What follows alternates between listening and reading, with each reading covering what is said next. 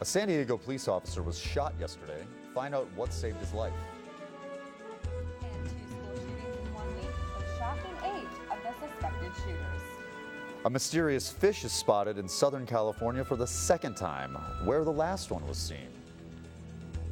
And fall is here. What does that mean for San Diego? Newscene starts right now.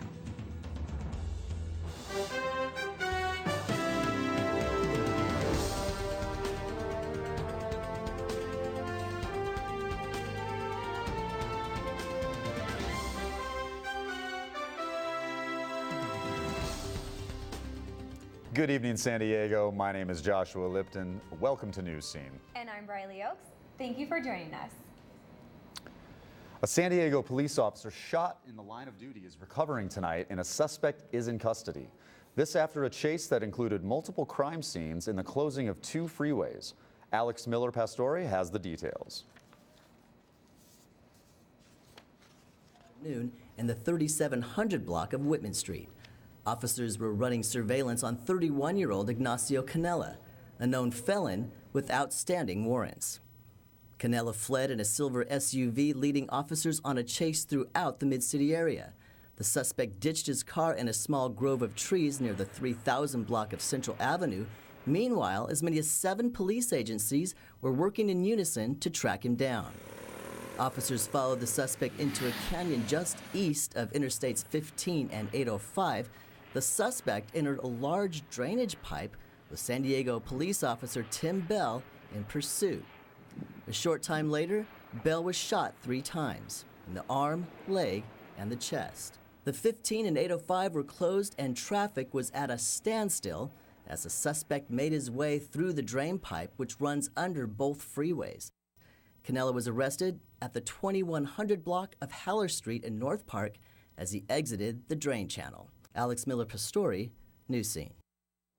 Police Chief William Lansdowne says the bulletproof vest worn by Officer Bell may have saved his life. Bell is expected to make a full recovery.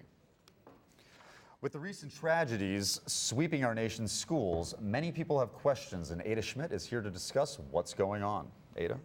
Well, on Monday, a Nevada teacher was murdered and 2 students wounded by a 12-year-old boy who then shot and killed himself.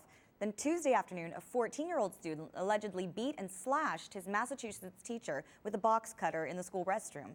Then an 11-year-old Washington State boy allegedly took a gun, knives, and 400 rounds of ammunition to his middle school. So people around the nation, and San Diego in particular, were asking, what steps can we take to protect our children here in San Diego? And you just need to be open with your children. Let them know that these behaviors are tragic and unacceptable. Tell them that guns and knives are not toys. And before you let your kids go to sleepovers or play dates, don't hesitate to ask the other parents, do you have guns in your home? Are they locked up?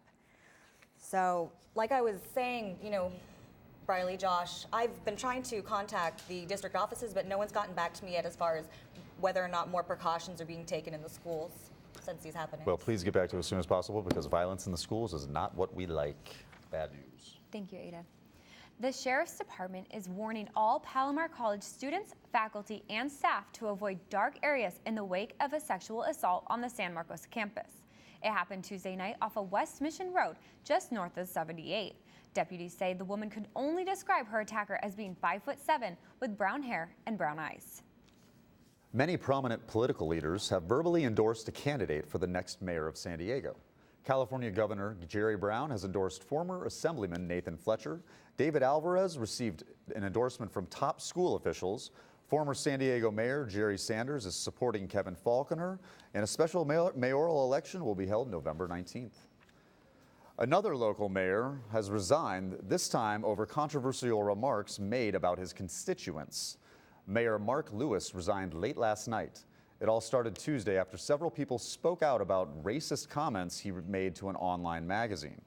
In an article titled "Little Baghdad, California," Lewis remarked, "Some Chaldeans are getting free lunches and they're being picked up in Mercedes-Benzes."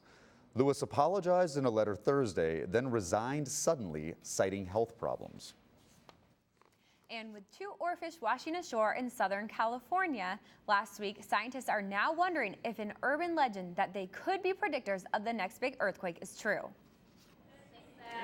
The 14.5-foot pregnant oarfish was turned inside out. These marine biologists were covered in fish guts, and they couldn't have been any happier. They rinsed and measured to prep for the dissection of their lifetime. Oh, it's pretty cool. I mean, this is a pretty cool animal. I mean, once in a lifetime opportunity to see a fish like this. Oarfish were once believed to be mythical creatures. They can live thousands of feet below the ocean surface, so they're rarely seen. It's just so cool. I feel very privileged even to just observe a fish like this. Suzanne Cohen of the Southwest Fisheries Science Center was the first scientist in Oceanside when it washed up on Friday. It was quite a shock for her and a group of third graders on a class trip. It was hard, rock hard. And it's not the only one. 5 days earlier, this 18-footer showed up dead just off of Catalina Island. We have 240. This dissection may shed some light on the mysteries thousands of feet below. But there's just one problem. A scientist who took part in the dissection says Japanese people believe when these fish beach themselves, it's a warning that an earthquake is coming. But so far, there is no solid proof. But what we do know... The smell is not great. Marine biologists say they are now sending pieces of the tissue to research specialists around the world to be tested for toxins and other data. Results from the research could take years to complete. The complete Frida Kahlo, her paintings, her life, her story, is now on exhibition. Yesterday, the limited engagement opened at Point Loma's NTC Liberty Station and will be running through mid-January.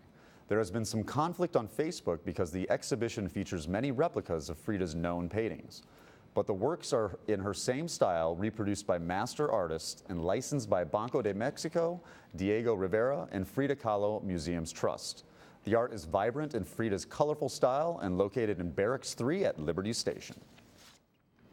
The cancellation of the Miramar Air Show was a huge disappointment for San Diego, but now we have some good news. The Blue Angels flying team says it's fully funded for the 2014 season and will return to the skies, including a stop at the Miramar Air Show. The Navy made the announcement on Tuesday. The show was canceled this year because of the government shutdown. The Blue Angels will open the 2014 schedule March 15th at the Navy Air Base in El Centro. The Miramar Air Show is set for October 4th through the 5th. And controversy continues this week over the Affordable Care Act. Glitches on the website have made it difficult for people to sign up for the new health care program. Members of Congress criticized U.S. Health Care Secretary Kathleen Sebelius for the problem. Sebelius has hired rockstar consultant Jeff Zients and veterans from the Silicon Valley companies to help solve the problems. Democratic Senator Joe Manchin and Republican Senator Marco Rubio are proposing separate bills to delay requirements of the new law. City College has a hidden gem on campus. We'll tell you what it is and where to find it next.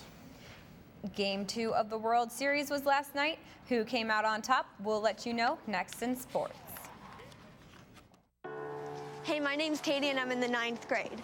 I'm an A